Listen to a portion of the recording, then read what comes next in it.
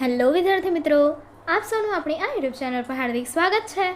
આજે હું લઈને આવી છું ધોરણ 8 વિષય ગુજરાતી પાઠ 4 અષાઢીમાં સ્વાધ્યાયનું સંપૂર્ણ સોલ્યુશન.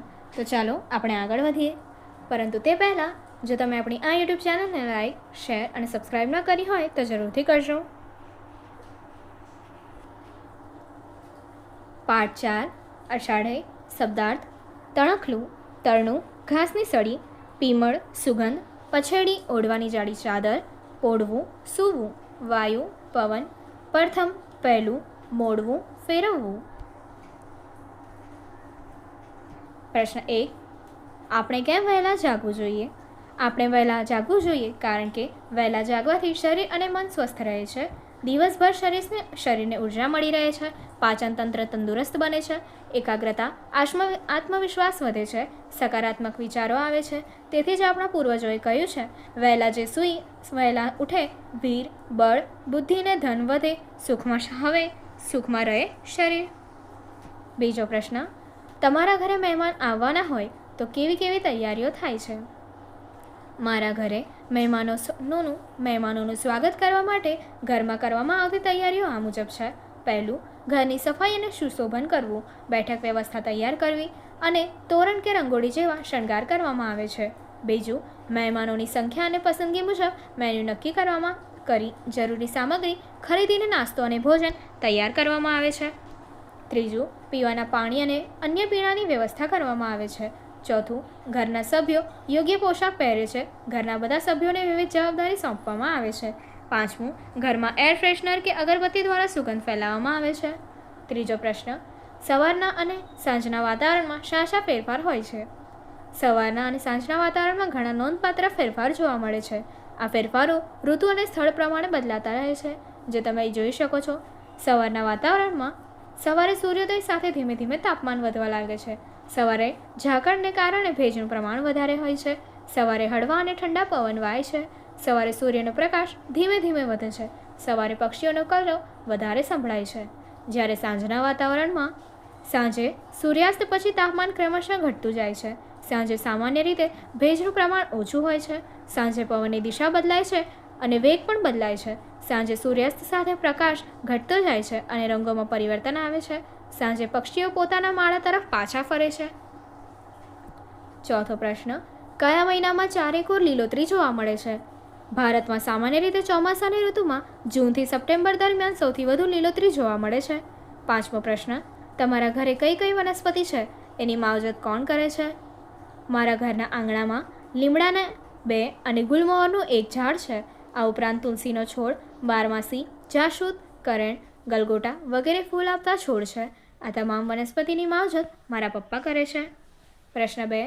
આપેલી પંક્તિનો નજીકનો અર્થ આપી નીચેનામાંથી કયો છે તેની સામે તમારે ચિહ્ન એટલે કે ટિક માર્ક કરવાનું છે. પહેલું, પ્રભાતે પછેડિયું ના ઓઢીએ જી, એજી આવ્યા અજવાળા જાય. તો જવાબ છે બ. વહેલા ન ઉઠીએ તો સૂરજના પ્રકાશથી વંચિત રહી જવાય. બીજું, આવ્યા વાયુએ વળી જાય. જવાબ છે બ. આવેલો પવન પાછો વળી જશે. ત્રીજું, પ્રથમ મળ્યા શું? મુખના મેળી, મોડીએ જી, એટલે કે અ. પહેલી વાર કોઈને મળીએ તો મોડું ન ફેરવી લેવાય. 3. કવિતા મુજબ નજીકનો અર્થ ધારો અને એ શબ્દનું વાક્ય બનાવીને લખો. પહેલું, તણખલું તો ઘાસની સળી, અંગારો પડતા તણખલા સળગી ઉઠ્યા. બીજું, પછેડી તો ચાદર, પછડી હોય તેટલી જ સોળ તાણવી. ત્રીજું, પ્રથમ તો પહેલું, પ્રથમ સમીરીએ તુજને ગણપતિ દેવા. ચોથું, વાયુ તો વાયરો, વાયુ વેગે વાત પ્રસરી ગઈ. પ્રશ્ન 4. આપેલી કાવ્ય પંક્તિ વાંચો, ચર્ચા કરો અને લખો. પ્રભાતે પછેડિયું ના ઓઢીએ જી, એજી આવ્યા અજવાળા જાય. આવ્યા વાયુએ વળી જાય, આવ્યા રે અતિથિના તર છોડીએ જી. ચર્ચા. પહેલું, અજવાળા પાછા વળી જાય એટલે શું? બીજું, જો વહેલા ઉઠીએ તો?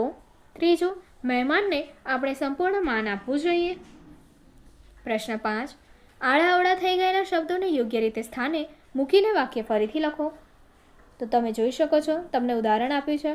જી તર છોડીએ રે અતિથિના આવ્યા રે અતિથિના તર છોડીએ જી. પહેલું, પતિની એની જી પોઢીએ પીમળમાં. તો વાક્ય છે, એની પત્નીની પીમળમાં પોળીએ રેજી.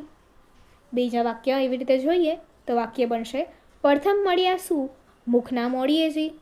ત્રીજું વાક્ય પ્રભાતે પછેડિયું ના ઓઢીએ જી. પ્રશ્ન 6 ઉદાહરણ મુજબ વાક્ય બનાવવાના છે. ઉદાહરણ જો એ તો ફાગણ કેરું ફૂલ, એ તો ફાગણનું ફૂલ. અહીં કેરુંનો અર્થ ની, નો, નું, ના પૈકી કોઈ એક થાય છે. તમે આવા બીજા વાક્ય પંક્તિઓ બનાવીને લખો. પહેલું ડુંગર કેરી ખીણમાં ગાંભું નામે ગામ, ડુંગરની ખીણમાં ગાંભું નામે ગામ. બીજું લવિંગની કેરી લાકડીએ રામે સીતાને માર્યા જો, લવિંગની લાકડીએ રામે સીતાને માર્યા જો. ત્રીજું ડાળાઓ કેરી સ્ખલિત થઈ શાંતિ પ્રથમની, ડાળાઓની સ્ખલિત થઈ શાંતિ પ્રથમની.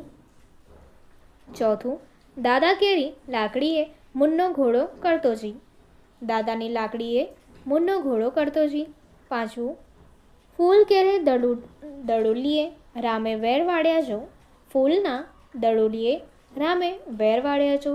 છઠ્ઠું ઝાડ કેરા ફળ મીઠા મુને લાગતા જી, ઝાડના ફળ મુને મીઠા લાગતા જી.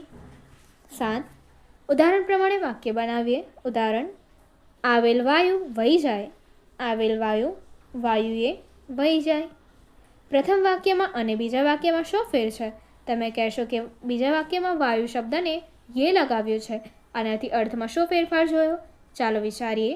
પહેલું વાક્ય એમ કહે છે કે આવેલો પવન ચાલ્યો જાય, જ્યારે બીજા વાક્યમાં એમ કહેવા માંગે છે કે આવેલો પવન પણ ચાલ્યો જાય, મતલબ કે બીજા બધાની સાથે પવન પણ વહી જાય છે. આવા બીજા વાક્યો તમારે વાંચશો. પહેલું મને ક્રિકેટ બહુ ગમે છે. બીજું ગાંધીજી સાથે વિનોબા બાઈ જેલમાં ગયેલા. આવા બીજા 5 વાક્યો શોધીને લખો. પહેલું મેં સાથે જવાની હઠ લીધી. બીજું બહેને પુસ્તકો ખરીદ કર્યા. ત્રીજું સરદાર પટેલે આવું કહ્યું હતું. ચોથું મારા મામાને ખેતર છે. પાંચમું એને પાણીમાં પોરા કાઢવા જોઈએ છે. આપેલા શબ્દને ઉદાહરણ મુજબ કલાત્મક રીતે લખો તો જોઈ શકે છે અષાઢ એ તમને અલગ અલગ કલાઓમાં લખીને દર્શાવ્યો છે. પ્રશ્ન 9 ઉદાહરણ મુજબ શબ્દ બનાવો.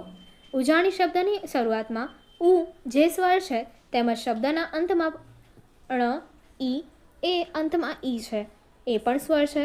તો આવી રીતે શરૂઆત અને અંતમાં સ્વર આવતા હોય એવા શબ્દ શોધીને લખો. અજગર ઇમારત. અન્ય શબ્દ અરજી આરતી ઇટાલી ઉપરી ઋષિ અંજલિ. 10 નીચેના પૈકી કયા શબ્દ સ્વરાંત અને કયા શબ્દ સ્વરાંત નથી એ જુદા પાડો. તો શબ્દ આપ્યા છે અષાઢ, તણકલું, અતિથિ, સાક્ષાત, સદ, પ્રભાત, બલાત, મહત, ફૂલ અને ભૂલ. સ્વરાંત શબ્દો અષાઢ, તણકલું, અતિથિ, ફૂલ અને ભૂલ. સ્વરાંત ન હોય તેવા શબ્દો સાક્ષાત, સદ, પ્રભાત, બલાત, મહત. પ્રશ્ન 11 પ્રશ્નના જવાબ આપવાના છે.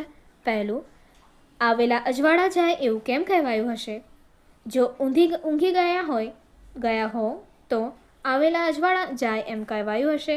બીજું અતિથિને કેમ ન તરછોડવા જોઈએ? અતિથિ ભગવાનનું રૂપ છે તેથી તેમને ન તરછોડવા જોઈએ. ત્રીજું મુખ ફેરવવું અને મુખ ફેરવ્યું એમાં શું ફેર છે? મુખ ફેરવવું એટલે નફરતથી આડું જોવું અને મુખ ફેરવ્યું એટલે ધ્યાન ના આપવું. ચોથું કોને ધરતીના શ્વાસ કયા છે?